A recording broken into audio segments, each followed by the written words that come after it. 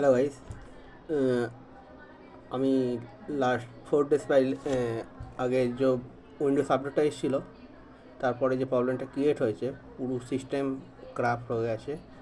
System এখনও পর্যন্ত অনই হচ্ছে না, বারবার ডাবল শুটের অপশান চলে আসছে রিপেয়ারিংয়ের জন্য, কিন্তু স্ক্রিন আসছেই না।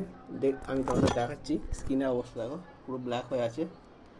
কিবোর্ডে কোনো অপশান আসছে না, কোনো লাইট নেই, দেখতে পাচ্ছ?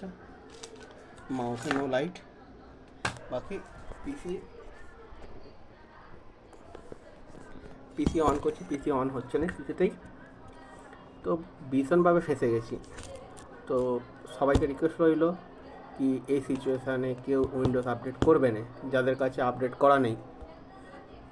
লাস্ট আপডেটে এত প্রবলেম ক্রিয়েট হয়েছে যে বুঝতেই পারছি না কী করবো। আমি 2 দিন ধরে ট্রাই করছি যে কোনো রকমের পিসি স্টার্ট করি, কোনো অপশান আসছেই না।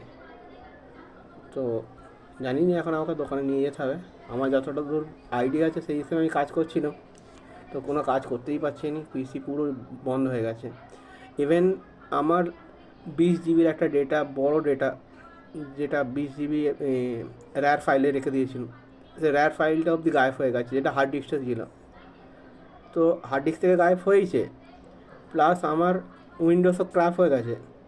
তো সবাইকে এইটাই জানাবো, এখন কোনো রকম আপডেট লাস্ট 4-5 দিনে যে আপডেট এসেছে না করে যেন কেউ। উইন্ডোজ আপডেটের কোনো আপডেট দেয়নি, কিছু নয় যে এই রকম প্রবলেমে কী সলভ করা যায়। ইভেন পিসি অন করবো, এটা কি ফালতু খরচা আমার বাড়ানো হলো, আর কিছুই নয়।